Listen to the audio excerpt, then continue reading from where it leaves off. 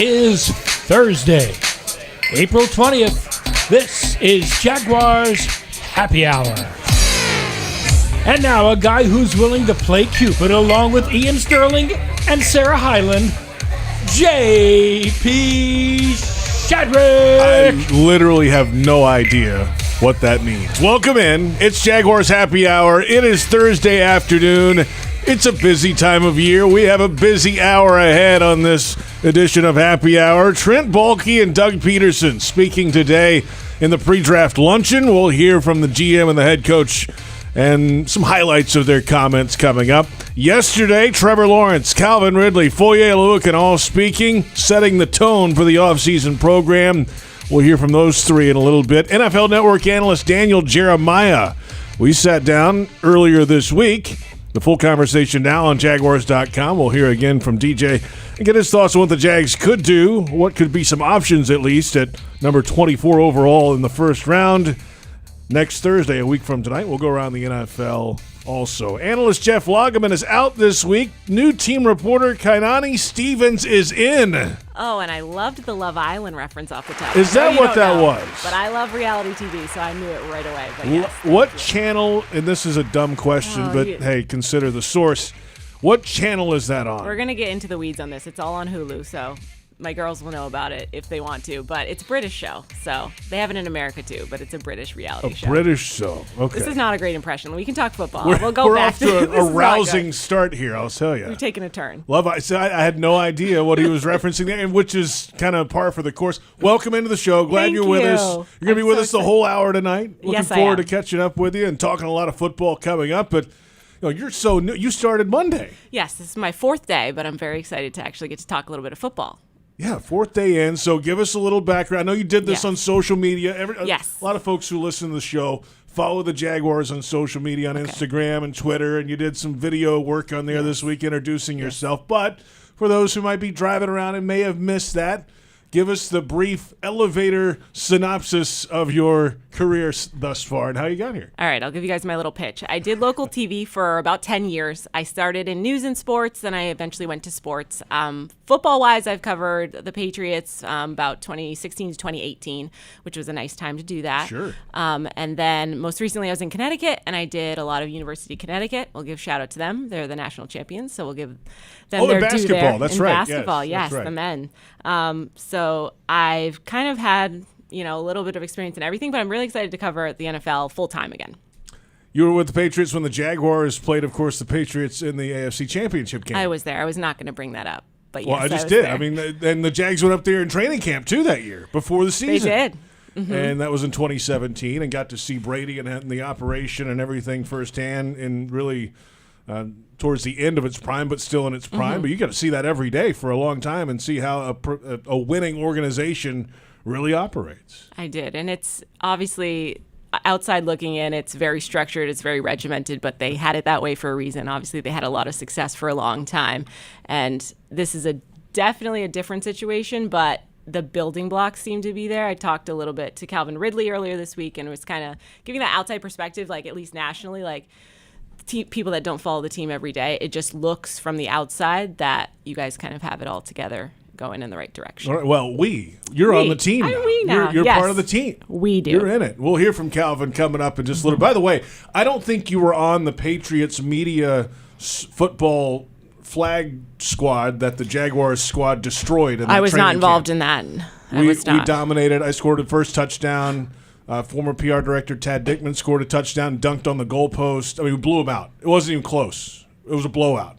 I'm in the presence of greatness. That's great. I just wanted to throw that out there since you were a part of that. Let's get to football. Of course, It's 1 week to the NFL draft. A week from tonight, it's round one of the 2023 NFL draft in Kansas City. We'll have coverage throughout the weekend here on Jaguars.com, of course, with instant analysis after every pick and much more. The draft party is Thursday night. We'll get to that coming up as well. Today, though, the annual pre-draft media luncheon. Trent Baalke and Doug Pederson speaking with the media, but they didn't really say a whole lot at all. It's a tradition really unlike any other, but Baalke on the balance of value versus need in the draft, especially in round one.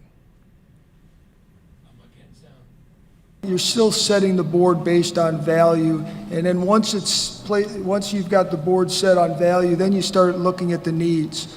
You don't want to push players up the board value-wise just because you have a need at that position. But I've been doing this a while now, and most of the time the value and need come together. Very few times have I looked at the board and said, whoa, there's just no value at the position of need that we have. Sometimes it might be a card off, but it's still close enough where you can address the need. And he went on to say kind of a little later, later in the draft, you might be able to push up a little further on need. Hey, we really kind of need an extra player at this position. Let's go get this guy in the 5th, 6th, 7th round. But early, hey, it is a balance, and usually it does come together. He's been at this, as he said, for a long time GM in San Francisco. So he understands how a board can fall, and you just have to be patient at 24, too. That's the other trick of this thing.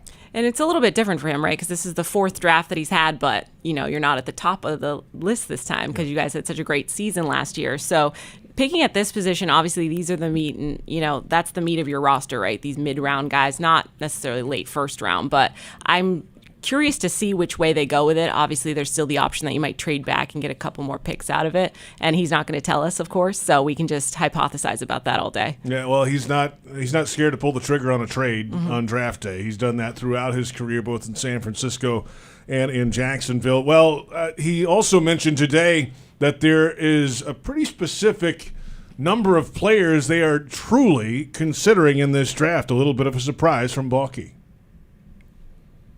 We have a specific way we set up the board. So, well, it sounds like 127. There's more numbers baked in there. Those are the 127 that we really feel fit the culture we want and fit the value that we have placed on them. And really, all the stars aligned. There's other fallbacks that we would go to, but really we're picking from 127. Yeah, and those are, as he said, perfect prospects in their eyes, right? Players on the field, tape, numbers to go with that, culture fits. Those are the perfect prospects that you really want. And there's how many picks there are? 200, late 200s picks. 127 they're truly considering. Interesting. It's mind-boggling when you actually think about it, because you got to be like, how have you seen that many players and actually know or think that they would fit in well? But I mean, a lot of it's guesswork when you get into the later rounds, of course. In terms of the top talent, these guys are so talented, right? So it feels like I can't miss, and obviously there are misses, but the talent in the first couple of rounds, it's just, picking which one you want. Yeah, and then he was asked about this too. Doug Peterson was asked about this, and at the end there, Baalke was talking about, hey, there are some other things we can go to if one of the guys doesn't fall in those 127. Do they fit in the culture of the locker room? Well, Doug Peterson was asked about that. If for some reason there's something missing there, the locker room kind of handles it themselves. Our scouts do an outstanding job of spending time with players and family members, and as Trent said, coaches and anybody we can talk to get answers on players, and so we feel like the ones that are on the board are all great fits for us, but our locker room can absorb that, and they either buy in or they won't be here. That's a fact. That's for sure. And this locker room is fantastic. Obviously, the last couple of years of free agency, some veteran players, drafted guys who've come in to lead the way. So you better fit in, or if you don't, you will quickly. And if not, you're out of here in a hurry, too. Trent said the same thing, right? He was like, there's tons of people that are talented, but they're just not going to fit in here. And that's really important to them, obviously, what they've been able to do in just one season since Doug's been here. And they've returned a lot of that core. So you'll have that set up, ready to go for whoever the rookies end up being. And since it's like a strong core that's returning that is not going to let anybody mess with the culture, they should be pretty much set. That kind of reminded me a little bit of the process when we were going through the background of Kai Stevens too, and getting her in here, turning over every stone, interviewing people. I'm not kidding, of course, but no, it's good to have you here. And thank you. We're looking forward to hearing your analysis, of course, throughout. It's Jaguars Happy Hour on 1010XL, Jaguars.com. JP Shadrick, Jeff Lageman is out this week. Kai Stevens is in. Trevor Lawrence and Calvin Ridley in about 10 minutes from now. Let's hear some more from Trent Baalke. We mentioned he likes to trade, Kai. 23 draft day trades in his time as a leader of a draft room. That officially is from 2011 through 16 in San Francisco, and now the last couple years in Jacksonville. I also count the 2010 season, the GM in San Francisco, about a month before the draft was sent off, and he really kind of took over the shots day to day. But 23 trades. But the question is, do you talk about this with other teams beforehand? But not really the case for Baalke. I've rarely, if ever, had conversations pre-draft about trying to move. There's too much that can happen. There's too many scenarios to play out in your mind. I think as the board starts to unfold, you get a better feel for how it's trending, and then you start picking up the phone at the appropriate time. I just think it's too hard to play out. Coach and I talk. It's so hard to play all the scenarios in your mind, and you can sit in that room to nauseam and go through all the different, and then the draft happens and 3 picks into it. Your theories are all your work shot, and you got to swing from the hip anyway. So I think you're just better off setting the board, trusting the board, the value's set, and then let it unfold. Got a lot of day 3 picks, Kai, here. So 3 6th-round picks, and 9 total picks in this draft. And you would imagine there would be some movement, especially on day 3, certainly knowing his history. And, he likes to just not sit there. If he wants to go get a guy, especially on day 3, he'll go get him. Didn't say a lot, right? Like talking a little bit around it, but I mean, he's right because you have no idea what's going to happen. There's a reason there's 1,000 different mock drafts because 1,000 different things can happen. So obviously it'll depend who falls, who, gets picked that no one thought would get picked. But in terms of where the picks are distributed, you'd have to imagine he's going to trade some of them, right? You would think, right? They're not Yeah. going to come away with 9 players, right? I Probably wouldn't come think away with not about with what they have 6, on this 7? roster already, right? I would think. At least maybe get some next year or something like that, right? Which has happened already in previous drafts to get some picks into the next year. That has happened before, and that's why they stockpiled these 6th-rounders, moving ahead on day 3. And then finally, the evaluation process of these prospects, and it really started a couple years ago when scouts are out on campus, colleges talking to players, coaches around them, and they build that scouting report over the years. But the coaching staff is very much involved in that process, and Doug Peterson today said they are fully involved in finding out the best and worst parts about prospects. This is what I appreciate about how Trent handles this process with us. I mean, he involves us, and he definitely wants everybody's input, and you're right. I mean, we're the ones coaching the players, and so he wants us to have that input and that say on guys, and I think it just holds us as coaches more accountable, right, to the guys in that locker room. Now we're all on the same page, and it's just a valuable part of the process, and the more eyes and the more information we can get on players, the better we can make selections. Not always like that everywhere in the league. I mean, No, some not at all. places, hey, it's a totally different scouting and personnel staff, and okay, the coach gets who they get. Not here. There's a lot of places where they're almost like 2 different departments, right? Like you never see them in the same place. But I feel like Trent and Doug, at least from my short time here, seem like they're definitely on the same page, and that's what you want, because if you pick somebody and your coach doesn't know what to do with them or doesn't want them, it's not going to be successful. So at least be aware and kind of go after the right players. And from what it sounds like it's really kind of like a group project in the sense of like, all right, who do we like, not who do I like. Yeah, what scheme do we want to run? Where were we deficient in certain areas in the last year or so on both sides, and go draft guys to fill those holes. And send it over to the scouting staff. You guys figure it out. Let's go. You say it like that, it sounds so simple, right? They Right. should just have It's the so best easy. guys no matter It should what. take 2 days. Obviously, it's right? like, oh, it's so easy. All these years of scouting, and then come on. Now, of course, it all builds up to, of course, next week for the NFL Draft 2023. It starts on Thursday, 2 more rounds on Friday, and then the remaining rounds on Saturday afternoon. Calling all Jaguars fans, elevate your game day experience with Vine 04 Napa Valley, the official wine club of the Jags. Sip on handcrafted Napa Valley wines and show your team pride with every pour. Visit vine04.com and sign up and receive 3 or 6 premium Napa Valley wine bottles twice a year, along with exclusive access to private events and complimentary tastings. Join the Vine 04 Club today and toast to the Jags legacy with every sip. You get it? Vine 04, not 904, the area code. I like See? a pun. I like that. Or is it not a pun? I like what they're referencing. You know what we're talking about. Yes, I do. And as I said, I love a happy hour, so I fully support that. Well, good thing, because this show is Jaguars Happy Hour. In a moment, it's Trevor Lawrence entering Season 3 in a situation he's never had before as a pro. That's next on Jaguars Happy Hour.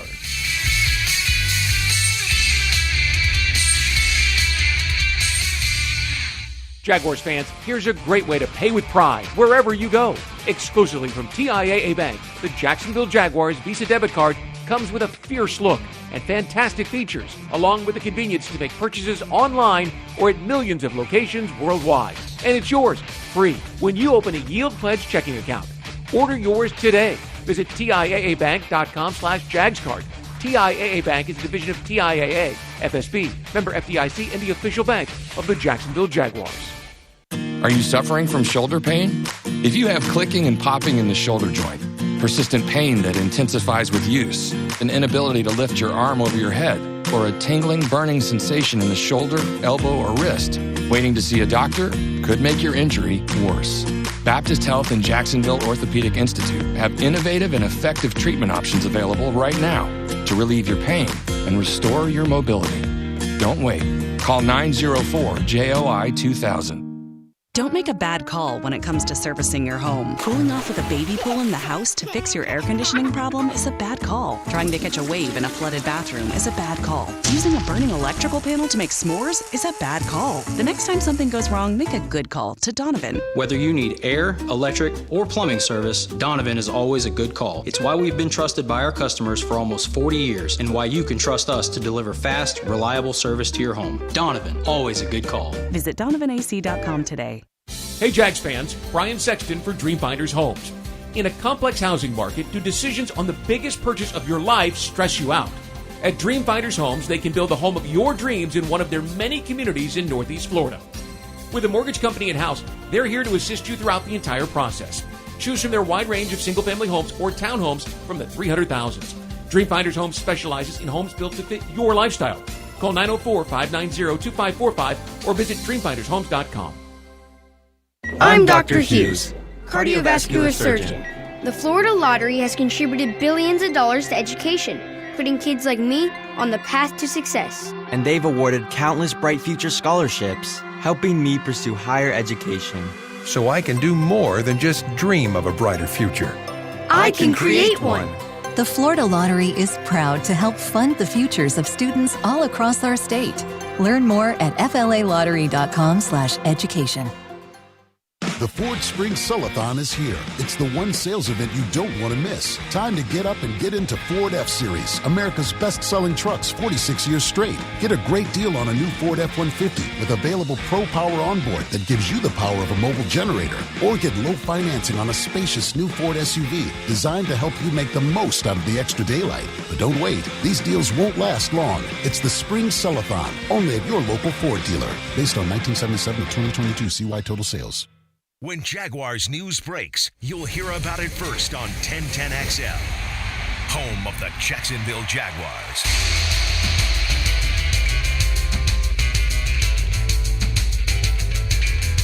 I am a 1,400-yard type of player. God is going to determine what type of stats I am going to have. And, football is not just, football is serious. I mean, you don't just play 17 games straight and think you're going to be in every one of them and playing healthy in all of them. So what I'm saying is I am a 1,400-yard receiver with a broke foot. You know what I'm saying? That's what I'm saying. So I know that I can make the plays, and I know that I'm one of the better receivers in this league. That's what I'm saying.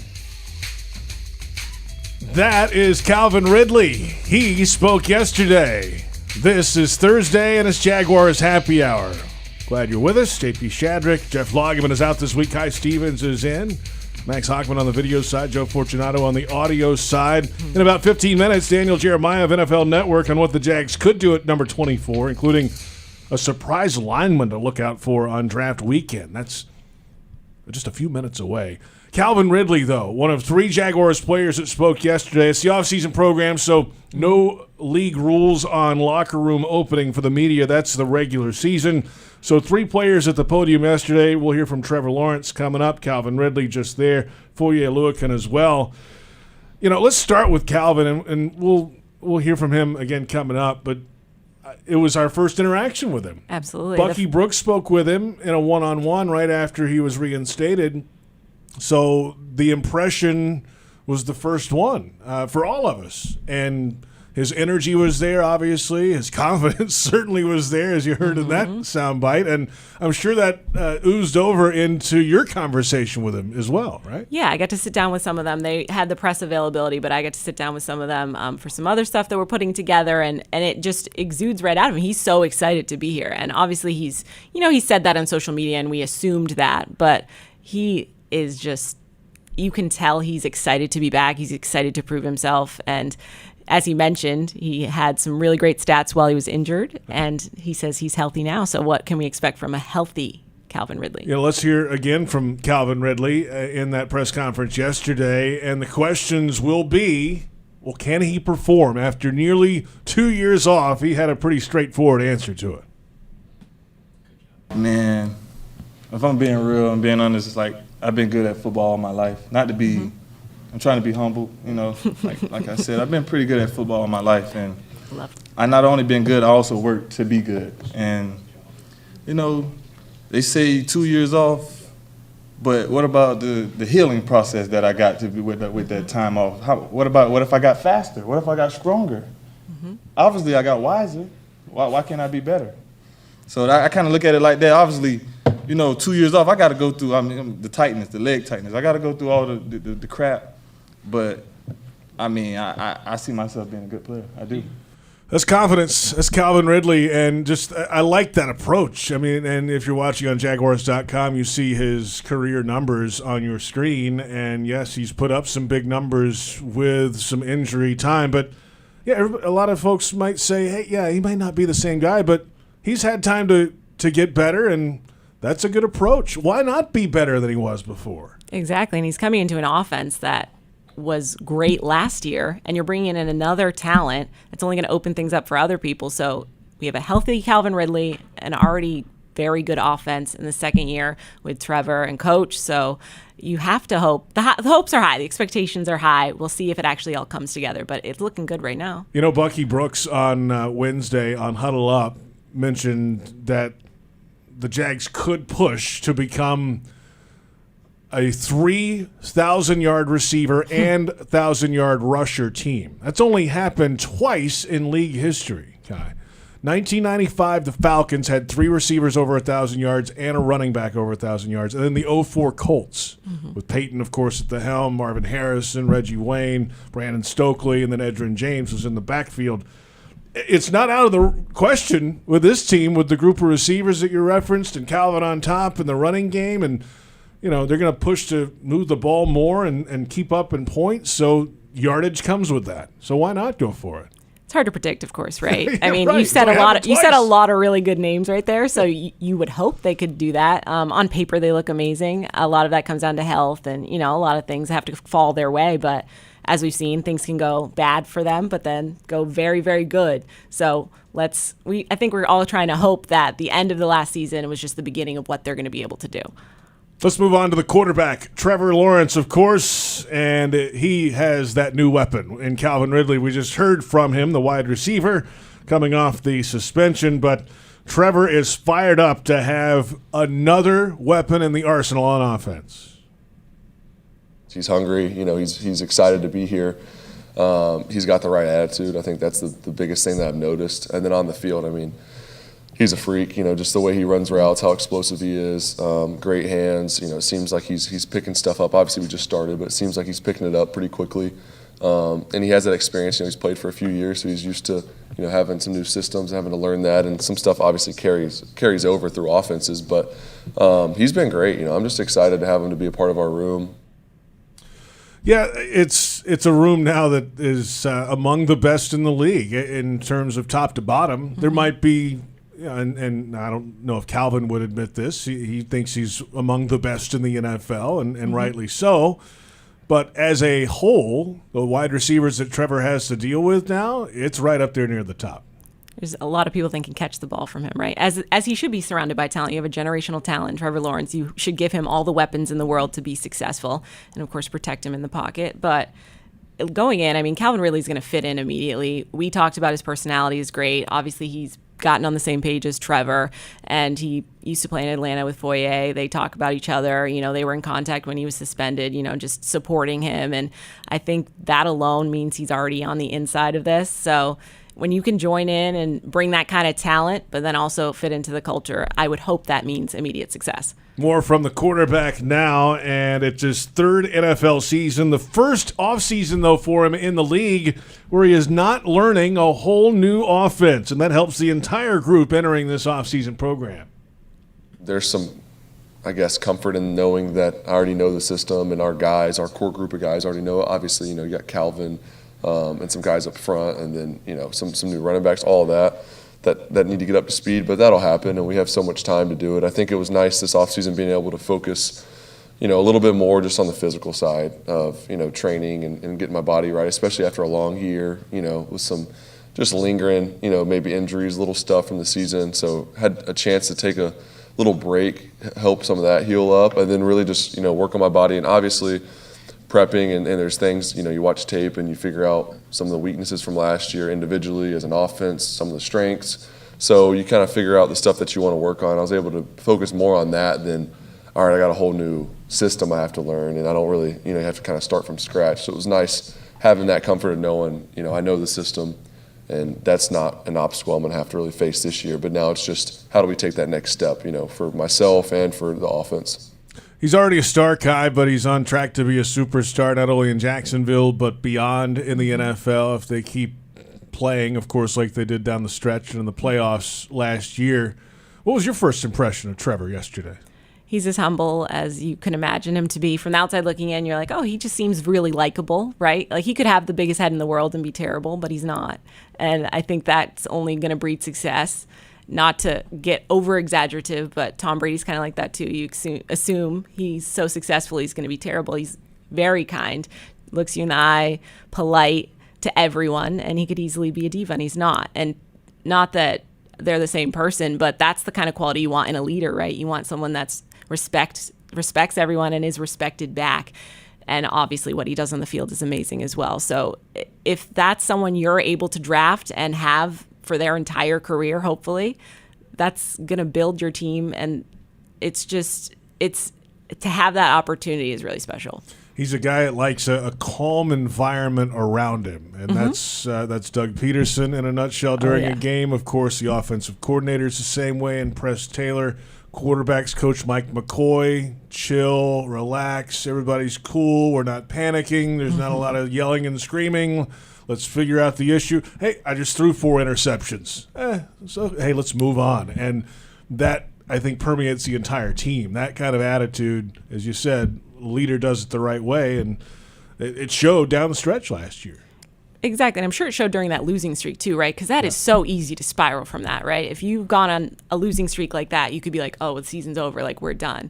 But to be able to kind of remain calm, and for Doug Pederson to be able to get everybody to believe, okay, we can get back in this little bit by little bit, and to then obviously end the season the way you guys did, is just impressive in that regard. And hopefully now that everybody's kind of like, oh yeah, like he knows what's going on. Look what we did last year. You're going to get even more buy-in if you didn't have it already. Jaguars Happy Hour. That's Kai Stevens. I'm JP Shadrick, and we're on 1010 AM, Jaguars.com, Jaguars Twitter, Facebook, and YouTube. Let's flip it to defense. Foye Oluokun, defensive captain, the league leader in total tackles and solo tackles a year ago, spoke with the media yesterday. There's a lot to learn from for this defense moving into 2023. First, it's going to be understanding our scheme, how people attack our scheme. I think that when you play more years in a scheme, then you can understand, where people are going to be sitting down, or exactly like down a distance, where I should be looking at, what plays I can make, what plays I didn't make last year. I mean, we already started looking at it. I'm over here kicking myself, but when you take some time off and then come back to it, now you're kind of coming back to it as a student, and you want to be able to apply what you learn going into the next year so I can play faster and make more plays for this team. He wore a T-shirt that said "Think Turnovers" with a photo of the Thinker sculpture by Rodin on the front, and that was early in the season. They did a pretty good job of taking the ball away, and then they got back to it in December and took the ball away a bunch and set up this offense for that stretch run. But Foye, who came in free agency, really set the tone in a lot of ways last season for this team. He did, but as he mentioned he's been thinking about that loss for months. When I sat down with him, he was pissed. That was literally the first thing out of his mouth. He's like, I'm still pissed about it. And that's kind of what you want. You want the fire in the belly. He's ready to get after it because he's still mad about it. He wants to use that as his motivation going forward. As you mentioned, his stats. I mean, he had leading the league in tackles, one of the best seasons he's ever had, but that wasn't good enough for him because he didn't, get the ultimate, at the end of the day, there's always one. Every team is going to be upset except for that one. But he's using that as his motivation, and as a leader of the defense, that's exactly what you want to see. Got a lot of young linebackers around him, too. Of course, Devin Lloyd was the draft pick last year. Chad Muma. Those guys rotated starting time towards the middle of the season, kind of the three-quarter mark of the season, and he kind of had to get all those guys in the right place, which is tough to do with young players sometimes. So the jump from year one to year two for those linebackers underneath or around Oluokun, that's huge for this defense because those guys should make big strides. I think that's what a lot of people are going to kind of key in on, right? To see if they're going to have that second-year jump, if they're going to, figure things out a little bit and be a little bit more consistent because obviously there's talent around them, but can they do that? Obviously rookie year, there's a lot going on there. And I think I wasn't here last year, but some of the people talking about Devin Lloyd just coming back in, his energy this year is totally different. So, because I know he started off well and then had a little issue at the end. So to be able to kind of get everybody on the same page from the get-go, that has to be helpful for them when it goes into training camp. Have you been over to Daly's place yet, Kai? I have not. Hey, guess what? There's a great schedule of shows coming up. You'll have plenty of opportunity. Let's do it. Let's. The Jacksonville Taco and Margarita Fest this Saturday. Old Dominion, Friday, May 5th. Cody Jinks, May 20th.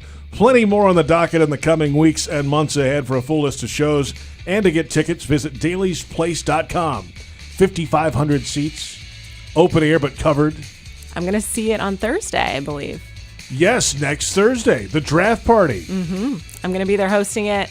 T-Roy going to help me out a little bit, and I'm excited to meet all the fans. Everyone has been so wonderful to me on social media. I'm excited to meet everyone in person. All right, that's coming up next week, of course, a week from tonight. NFL Network analyst Daniel Jeremiah on the preparation ahead of picking number 24 as opposed to number 1 overall. That's next on Jaguars Happy Hour.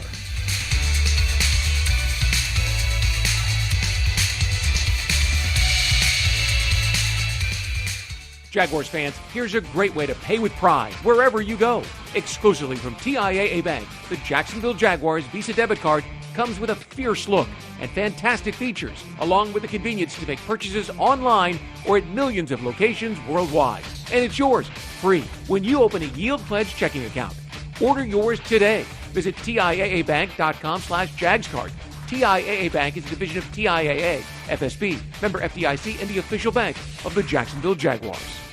I'm Dr. Hughes, cardiovascular surgeon. The Florida Lottery has contributed billions of dollars to education, putting kids like me on the path to success. And they've awarded countless Bright Future scholarships, helping me pursue higher education. So I can do more than just dream of a brighter future. I can create one. The Florida Lottery is proud to help fund the futures of students all across our state. Learn more at flalottery.com/education. You're beyond busy. Between work and the kids, the dogs and the cat, let us help. With Publix Delivery powered by Instacart, you'll get the items you need from the store you know. Just shop online, select the time you'd like your order delivered, and grocery shopping is done, giving you more time to take care of everything else. Publix Delivery, powered by Instacart. Visit Publix.com/delivery to shop now. That's Publix.com/delivery. Item prices vary from in-store prices. Service fees may apply. Available in select zip codes. Publix, where shopping is a pleasure. Reconnect with the best version of you at Amara Med Spa, Northeast Florida's premier luxury medical spa, located in Ponte Vedra, Town Center, Avondale, St. Augustine, and Fernandina. With the most advanced injectors, estheticians, and technology, Amara Med Spa is redefining beauty. offering services such as Botox and filler, M-Sculpt Neo, painless laser hair removal, and advanced skincare treatments. Visit theamaramedspa.com and book a complimentary consultation today. Starting April 26th, the annual Jacksonville RV Stadium Show is back with the Duval Draft Night Experience. This is the place for the largest selection of new and used RVs, and we'll even buy yours. Factory reps will be on site for this 5-day-only factory-authorized RV sale. And you have the chance to win Jaguars season tickets, signed merch, and a free RV rental. The Jacksonville RV Stadium Show from April 26th to the 30th. Sponsored by Travel Camp RV, official RV dealer of the Jacksonville Jaguars. It's time to play Fix That Plumbing Problem. What do you do if you have a clogged drain? Contestant 1? Use a different drain? No, that doesn't really fix the problem. Contestant 2? That's right. Just call the duck. Don't let plumbing problems linger. Call the pros at Duck Duck Rooter. Commercial, residential, any plumbing issue or project. When you're stuck, call the duck. 904-862-6769. Jacksonville Sports Talk for Jacksonville sports fans. 1010XL, home of the Jacksonville Jaguars.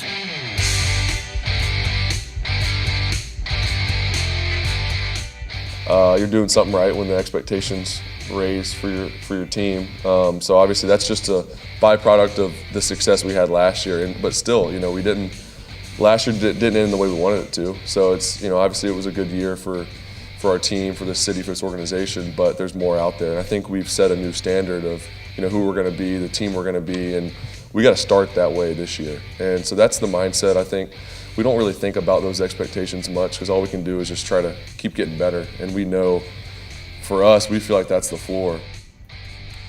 Welcome back. It's Jaguars Happy Hour. That was the quarterback, of course, Trevor Lawrence. JP Shadrick with you. Jeff Lageman is out this week. Kai Stevens is in, new team reporter for the Jaguars and Jaguars.com. We're on 1010 AM, Jaguars.com, Jaguars Twitter, Facebook, and the Jaguars YouTube channel. Kai, we're worldwide. We're everywhere. We are everywhere. If you want us, you can find us. If you can't find us, that's your fault. Because we're everywhere. We're all over the place. Of course, the podcast's on the free iHeartRadio app. Search Jacksonville Jaguars. Hit us up on Twitter as well, at JP Shadrick. What's yours? At Twitter? Kainani Stevens. Spell that. Kainani. And Stevens is Stevens. All one word. All one word. Okay. Ding, ding, ding. Thank you. That's correct. You got your own handle correct. Also no blue checks today, though. They're all gone. I know. What in the world? It was a sad day. Man. Now I got to pay for it. I'm not going to do that. No, I don't think so. No, I'm not going to do it. I don't think so. I think we're good. But that's a good point from the quarterback, though. Talking about expectations, that's an outside noise. That's the floor. That's the internal drive is to pick up where they left last year, which is in reality can be tough to do, but that's where they expect to be every year inside the building now, not just outside and all this. There's a drive in that locker room to maintain that and go forward. Like he says, you set the standard, right? You don't want to just be happy to be there. Oh, we made the playoffs. Like that can't be how you go into it. You have to be like, yeah, we did great, but now we're turning a page and we want to do even better this time around. And he's saying all the right things, and everybody seems to be on the same page in that regard. So hopefully that equals success. That would be nice. Start fast and keep on going this coming season. It's a week away from the NFL draft, of course, round 1, Thursday night. It's in Kansas City. Daniel Jeremiah will be there with NFL Network, a former quarterback at Appalachian State, an area scout for 3 different NFL teams in his scouting career. And then he moved to the media side, and he's moved up the ranks at the network, and now the lead draft analyst there. He's also the analyst for the LA Chargers radio broadcast, which this entire offseason I have heckled the heck out of this guy after the playoff game. As you should. You have bragging rights. You should do that. Well deserved, indeed. But he's a good sport about it. And, of course, he stepped into the draft role, the lead draft analyst role, when Mike Mayock took the Raiders GM job some years ago. And I caught up with Daniel earlier this week and asked him about the difference in preparation for Trent Baalke with a pick deeper in the first round as opposed to number 1 overall. I think it's not as different as maybe people would think. I mean, obviously 1-1 is different. I mean, that's a different deal. But the difference between picking 10 and picking in the mid-20s, I don't think is that great in a year like this one specifically. But also, usually who's going to go, in those top picks, those names that are going to be gone at that point in time. And I'm sure, the Jags can eliminate probably 8 to 10 guys that they're fairly certain are going to be gone, and they could narrow their focus for that first round pick on 10 to 15 names. So, whether or not they were picking 10 or picking in the mid 20s, I think the preparation is very similar, and they've probably locked in. And at this point in time, I'm sure they know exactly what they're doing, but they probably narrowed that down to 3 or 4 guys. They feel pretty good about getting one of them, and maybe there's somebody that's within within their culture and their belief system that they're high enough on that they would even consider maybe trying to move up a little bit to get. Daniel Jeremiah with us, and we know Trent Baalke's history. He's not afraid to move around in drafts that he. I think it's not drafts in his 2 drafts in control here, and a bunch of those in San Francisco, of course. But they've got the draft equity to do some moving. There's 3 6-round picks. I don't know how much that can equate for a first-round move, though, right? Yeah, no, it's an interesting draft. It just kind of depends on what you're targeting, and you can find the ammunition, be it in this year's haul or in next year's group, if you want to find the picks to move up. He's got the ammunition to go ahead and get that accomplished. So, to me, the only position that would make sense probably on a move up, it would be the tackle position, or if they're looking offensive line, that would be an area you could look to. But outside of that, I mean, corners, there's depth. Edge rushers, there's depth. There's a lot of different areas they could go, just sitting and picking where they are. DJ, let's get into some of these position groups, and you mentioned the offensive line. Let's start off with the idea of tackle. Of course, Jawan Taylor is in Kansas City and left in free agency, so they got Walker Little, who can play there. Cam Robinson's on the left side. They just got Josh Wells as the swing tackle. He's an older player now, so that could be a position of need down the line here for this team. So, at 24, or if they move up, a guy like Darnell Wright of Tennessee, is he a guy you could see that deep? Well, yeah, I don't think he'll get there. He's a really good player on tape this year specifically. If you look at him the year before, he was a little up and down. This year was very consistent start to finish. That to me is going to come down to their belief in Walker Little and how high they are inside the building there, of what he's going to continue to grow into and be as he's given that opportunity. But I think this draft is unique in that we've got some guys that have some inside-outside versatility and flexibility. If you're asking me, you always look at these different scenarios and say, okay, who's like a wild card player that nobody's talking about that you could see sneak into the first round? Matthew Bergeron to me is an interesting one. Somebody who can play tackle, can play guard. I know teams are trying to find that flexibility. Now, when you deal with a 17-game season, you're going to have guys in and out of the lineup. To have guys that can, play inside, can play outside, there's a lot of value there at this point in time. So, I go through the Jags and look at, where the priority would be. I still think corner is going to be sky high. You look at defensive tackle, an area they could address. And then, looking at, continue to add more weapons. I think all these teams in the AFC, and you saw it up close last year in the playoffs. Like, you can't have enough firepower when you've got the kind of the Patrick Mahomes, the ghost of Patrick Mahomes out there, knowing what it's going to take to knock them off in the postseason. If you've got a really good offense, you still want more. Everybody's aiming for 30 points per game. That's what it's going to take. That was the league high, of course, last season. Daniel Jeremiah with us, NFL Network. Let's touch on some of those corners now, though. I know you mentioned firepower, but this is a group in Jacksonville that doesn't have Shaq Griffin anymore. He was banged up last season. Now he's gone. Darius Williams, good player, 30 years of age, though, now, and moved outside towards the end of the season, played a little better there. We'll see what his future in the long term holds, and they love Tyson Campbell. So the last mock I think you had, I know there's so many mocks out there, DJ, but the last one you had, I think, had Deonte Banks from Maryland to the Jaguars. Yeah. What kind of player is he, and what else could be in play there for a cornerback? Yeah, Banks is height, weight, speed. He's big. He's physical.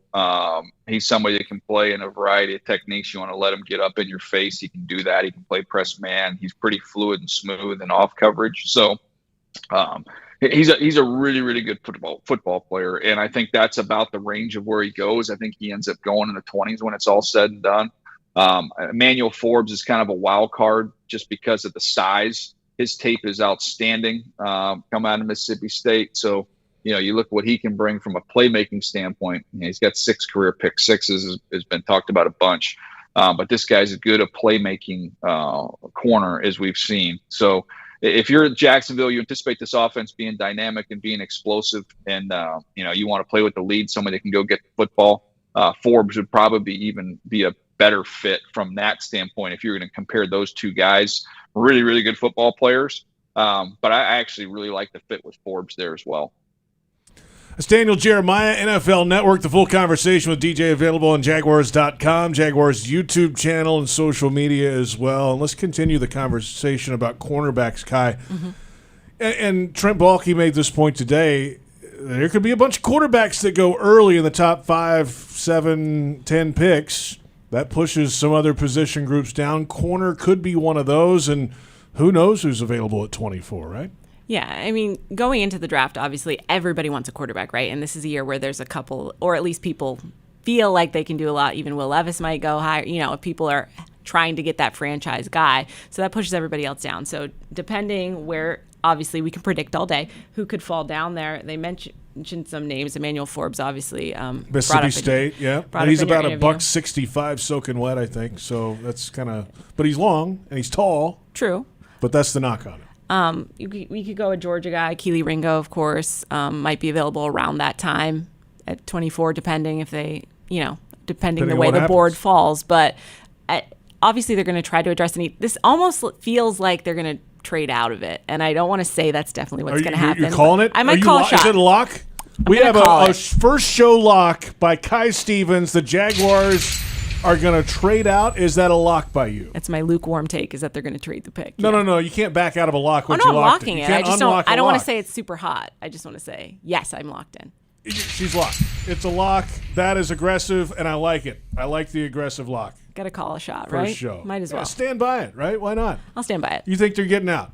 I do, because I think that late first round talent is very similar to the top of the second round, so you can trade down and get a couple twos maybe, and you might get your guy anyway.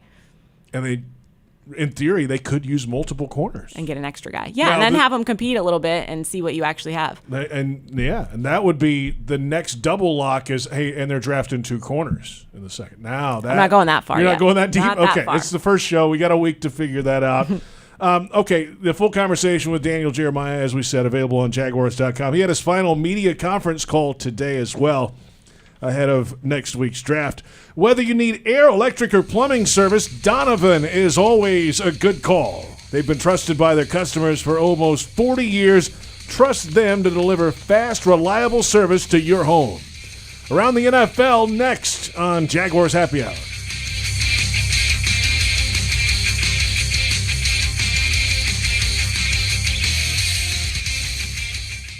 Hey Jags fans, Brian Sexton for Dreamfinders Homes.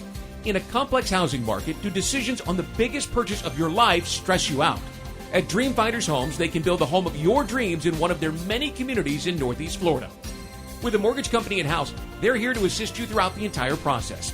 Choose from their wide range of single-family homes or townhomes from the 300,000s. Dreamfinders Homes specializes in homes built to fit your lifestyle. Call 904-590-2545 or visit dreamfindershomes.com. Jaguars fans, here's a great way to pay with pride wherever you go. Exclusively from TIAA Bank, the Jacksonville Jaguars Visa debit card comes with a fierce look and fantastic features, along with the convenience to make purchases online or at millions of locations worldwide. And it's yours, free, when you open a Yield Pledge checking account. Order yours today. Visit TIAABank.com/JagsCard. TIAA Bank is a division of TIAA, FSB, member FDIC, and the official bank of the Jacksonville Jaguars.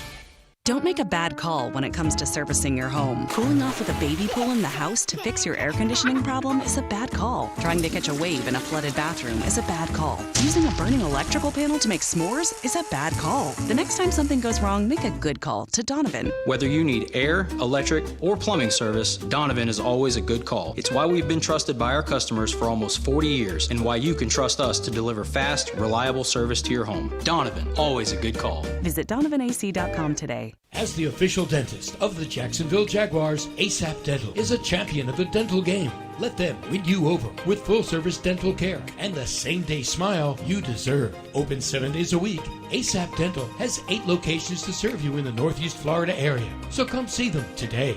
With their exceptional experience and care, you're always treated as the MVP. Visit asapdentalcare.com or call 904-500-2727 to book your appointment today. At most sandwich places, asking for more of something is just part of the drill. But what if you never had to ask for more? What if more was just a given? At Daly's, more is what our sandwiches are built on. More meat, more cheese, more veggies, more quality, more taste. All for a price that's anything but more. Sandwiches from Dash, made fresh. Daly's. I'm Dr. Hughes, cardiovascular surgeon. The Florida Lottery has contributed billions of dollars to education, putting kids like me on the path to success. And they've awarded countless Bright Future scholarships, helping me pursue higher education. So I can do more than just dream of a brighter future. I can create one. The Florida Lottery is proud to help fund the futures of students all across our state. Learn more at flalottery.com/education. The station that the Jaguars listen to, 1010XL. Home of the Jacksonville Jaguars.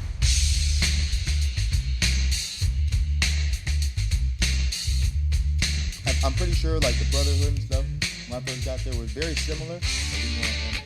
So I just want to make sure we're keeping up that same standard that we always tried to preach about in Atlanta when I was first there. That same standard that we had going in the end of last year, how we approach things, how we making sure no excuses about things. Same thing got to come to anybody new coming to the team, anybody who was on the team last year. Remember what got us there, even improve on that.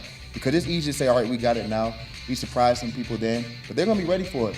So it's like we got to have that same standard, even improve on it to make that same, to make a leap from last year.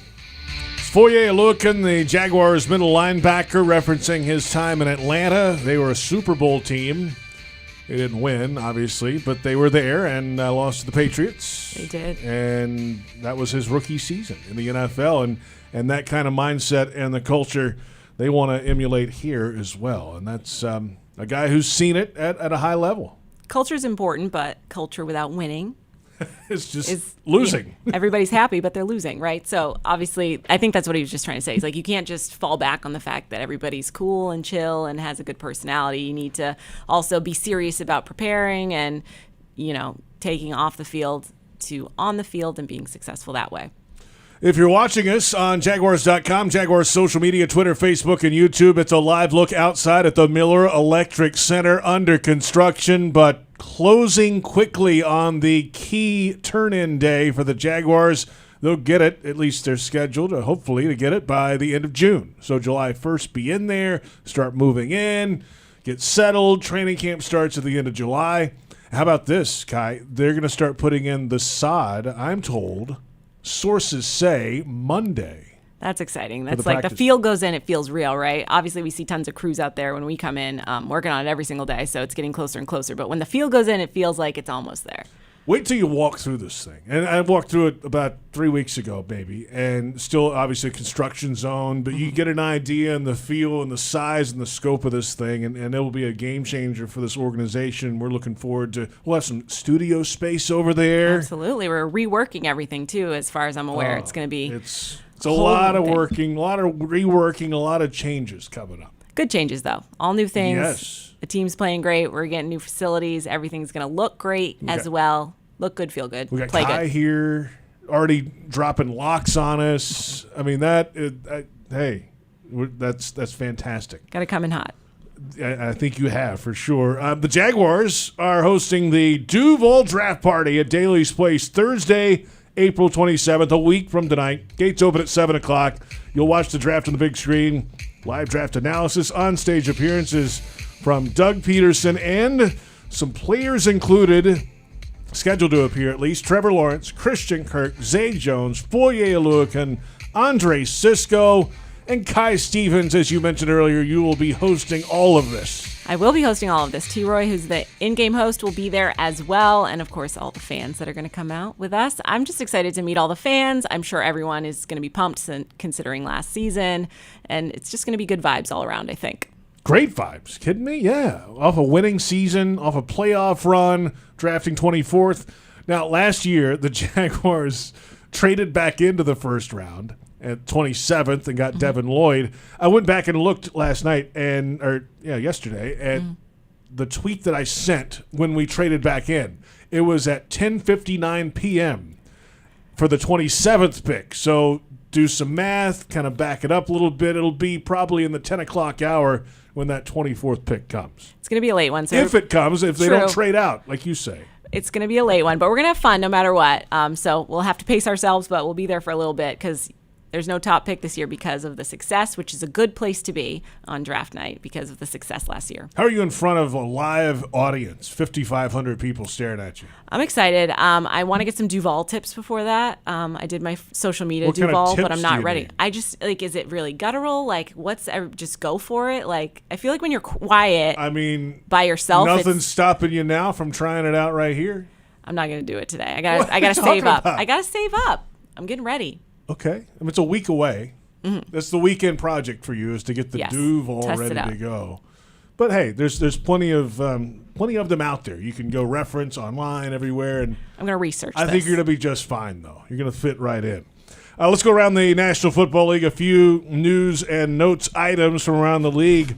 Matt Patricia going to the Eagles as a senior defensive assistant. Apparently, the Eagles announced this, posted it, deleted it, and then not long after that, put it back up. He's going to Philadelphia. You're around him in New England. He's very divisive, I will say. People love him or they don't. And I know there might be some drama in Philly in terms of their defense about some players that may not be as fond of him, maybe from his Detroit days. So we'll see what ends up happening there.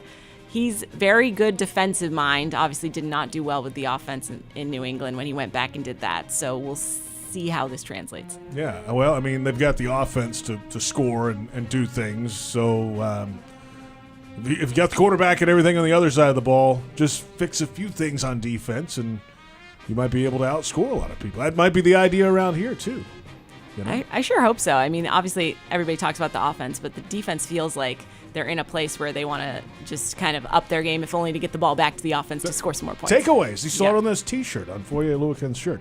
4 months after the cardiac arrest on the field, Bills safety Damar Hamlin has been medically cleared to play again. He's taking part in the offseason program in Buffalo. He met with a third specialist, cleared by that person, and they all agreed that his heart stopped as a result of a direct blow at a specific point in his heartbeat that caused the cardiac arrest.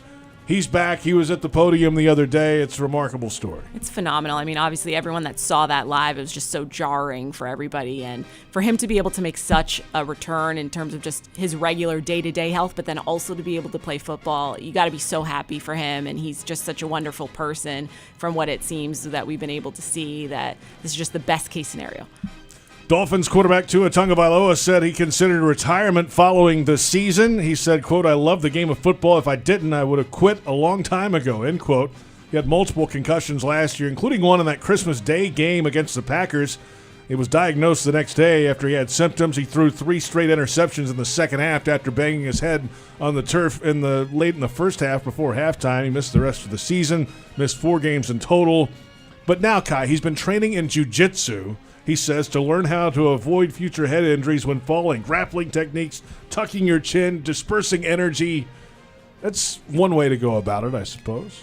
Is that like the MMA mentality? Like you can kind of mind control it if you can keep your body in the right position? Is that, I guess, assuming what he's doing? If he didn't consider retirement at all, I wouldn't trust his judgment. So obviously health is number one. If he feels like he can go about this in a safe way, then more power to him. He's clearly going down every avenue he needs to make it. One final note this week, and a sad one as well. Former Jags draft pick defensive end Chris Smith passed away this week, 31 years of age, a 5th-round pick of the Jags in 2014 out of Arkansas. Played for the Jags, Bengals, Browns, and Texans. Also off-season time with the Panthers and Ravens. And he played just last week with the Seattle Sea Dragons in the XFL. He will be missed. He was a fantastic guy. Kai, great to see you. Well done. Welcome to the team. And give us we were asked on Twitter, a slow spelling of your handle on Twitter. Sure, it's Kainani, Kainani Stevens. There you go. Give her a follow on Twitter. You'll see her everywhere on Jaguars.com. Thanks to our entire crew. Our thanks to Daniel Jeremiah, Joe Fortunato, Max Hockman. For Kai Stevens, I'm JP Shadrick. It's Jaguars Happy Hour on the